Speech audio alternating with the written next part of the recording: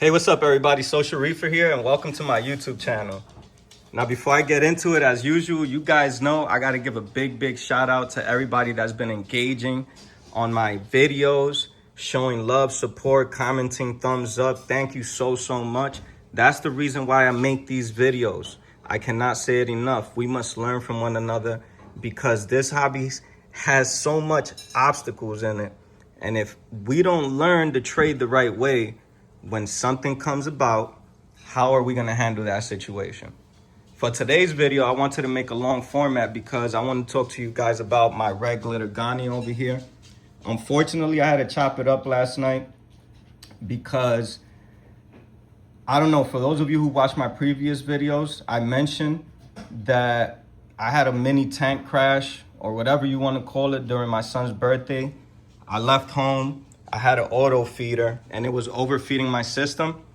And because the auto feeder was overfeeding my system, my nutrients spiked up like crazy and things started dying. I lost a couple Holy Grail torches, which I love dearly. I also lost one of my rainbow gonis that I had for a while that I will forever miss that piece because I was probably the most beautiful rainbow goni I ever seen, and it was growing out so perfect. It was just perfect, and I won't get that goni back again. But you know, after that incident happened, it took a while for me to get everything stabilized, and once I got everything stabilized, I still had to deal with the backlash, which was my red glitter goni. So my red glitter goni, I noticed, has some exposed skeleton. And the exposed skeleton, I was keeping an eye on it once I found it because the red glitter goni was still opening up beautifully. It was opening up like this green glitter goni here, more or less, which is also still making a comeback from the crash because it was way nicer than this. But the red glitter goni was keeping up with the pace of the green glitter goni in terms of recovery. What I didn't notice was that since the red glitter goni was opening up so nicely, it was covering the exposed skeleton when the tentacles were fully extended. And one random day, I just noticed it while it was closed up at night when they start to close up. And I'm like, why is there exposed skeleton there? So I decided to monitor it. I didn't want to go crazy and start, overreacting. And I noticed that for a few weeks after I discovered that the skeleton was exposed, that the red glitter goni was opening up perfectly fine. So in my mind, I'm one of those hobbyists that I am very hands off. So if it's something that I feel that the reef can fix itself, I let nature do its part.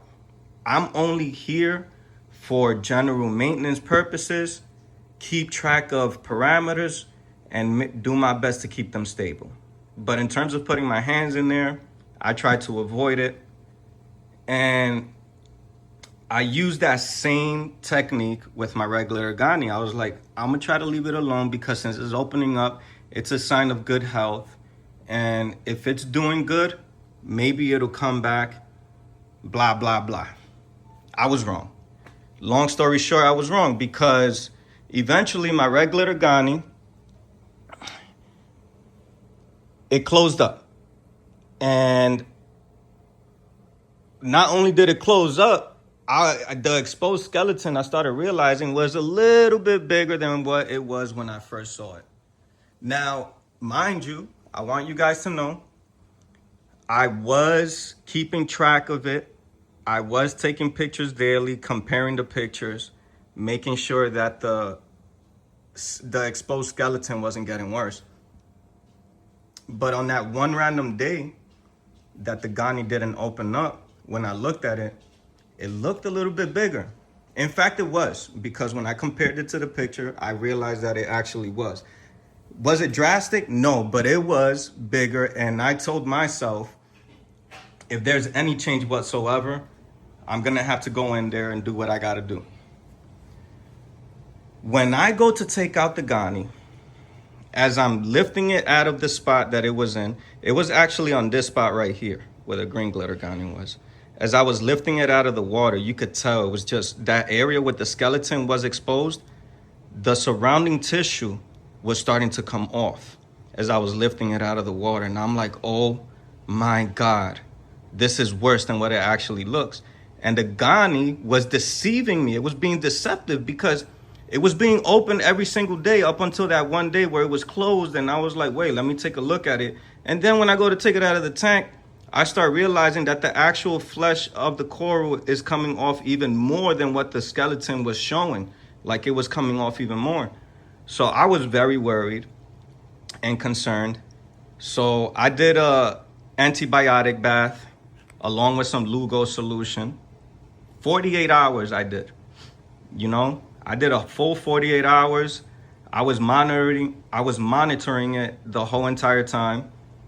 And yeah, after I did the dip for 48 hours, or the bath, whatever you want to call it, I take it out and I put it back in the tank, and it was doing great. It was starting to open back up again, but then that exposed flesh, it just scared me. You know, there's so much nuances to it. But after I did my, my thinking, or whatever, my critical thinking, I was like, I think it's best if I just chop it up, because that exposed skeleton, the coral is not gonna grow fast enough to cover it. And now I would be allowing other factors to come into the picture, like bacteria to come in again, and algae, and all of these, nuanced growths that you don't want to come in and start bringing more obstacles to the equation. So I chopped it up. I was like, look, I'm gonna chop up all the skeleton, and I'm gonna try to keep the healthiest part of the coral that I can. And this is what I was left with. Literally a little less than half of what it was. And, I'm not happy that it had to get to this point, but I am happy that I could save it, because I had this red glitter goni for a while. When I first got it, it was like the size of my fingernail. It was super tiny, and I was able to grow it out. So I was very proud of that, especially knowing that, in my book, gonioporas are super delicate. They're very, very delicate. Any little thing will throw them off.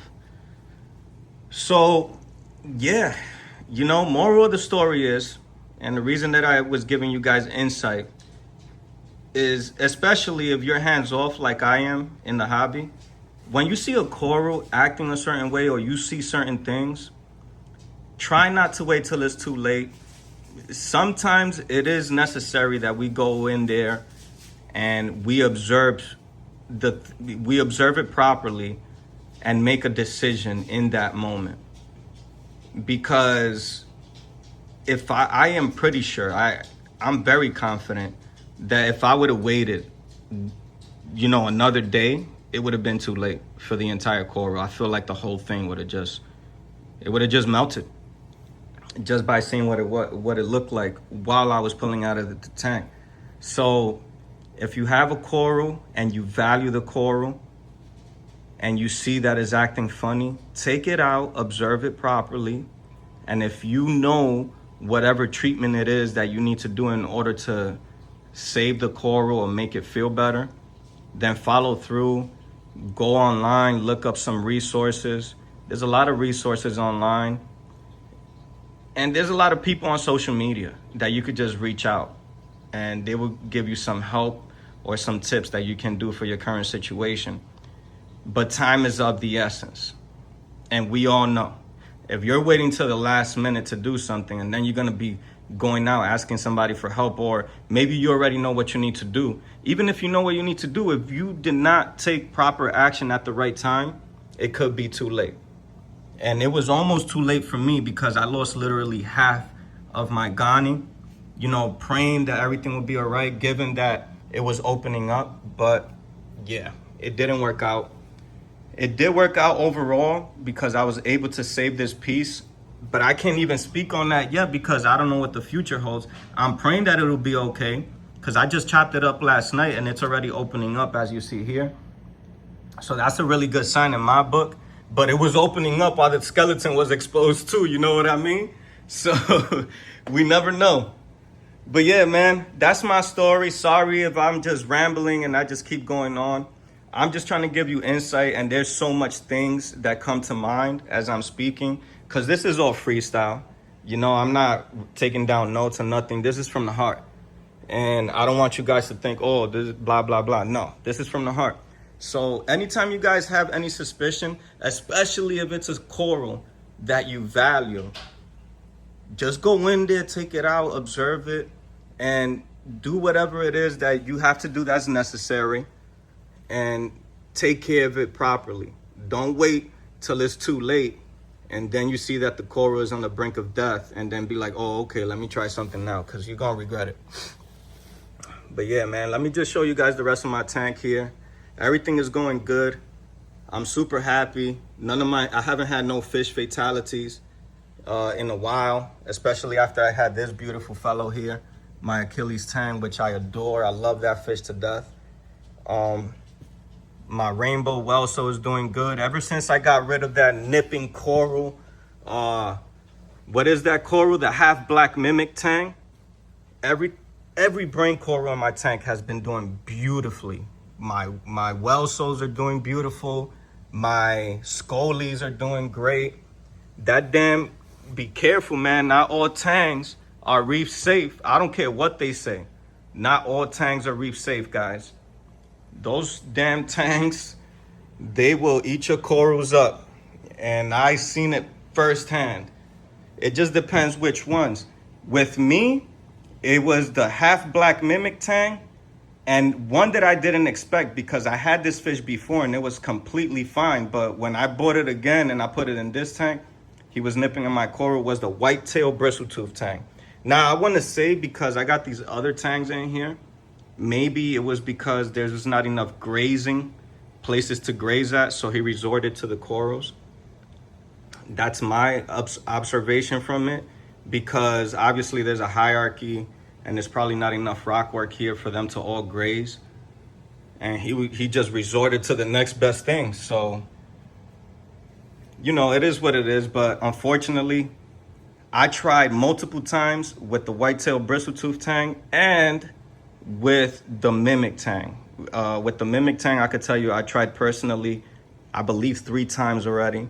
And I tried twice with the whitetail bristletooth tang, and it just didn't work out. And I'm not gonna try again, because now that I see everything is so happy, I just don't want to ruin, you know, the feng shui. Like, everything is telling me like, yo, we good now, you know? So I do got a couple corals that I got in mind I want to buy. I might make some arrangements up here specifically, because I don't like my SPSs. They just look dull.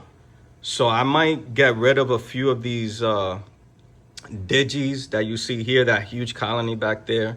And this, I scraped this down to the rock and it's growing back already. Like, it's crazy. These digis don't die for nothing. But I might get rid of those, and I'm gonna rearrange everything up here. And I want to buy some nice colorful, you know, SPS digis. I don't want no more. I want to get some nice SPS that I could just place around this area here.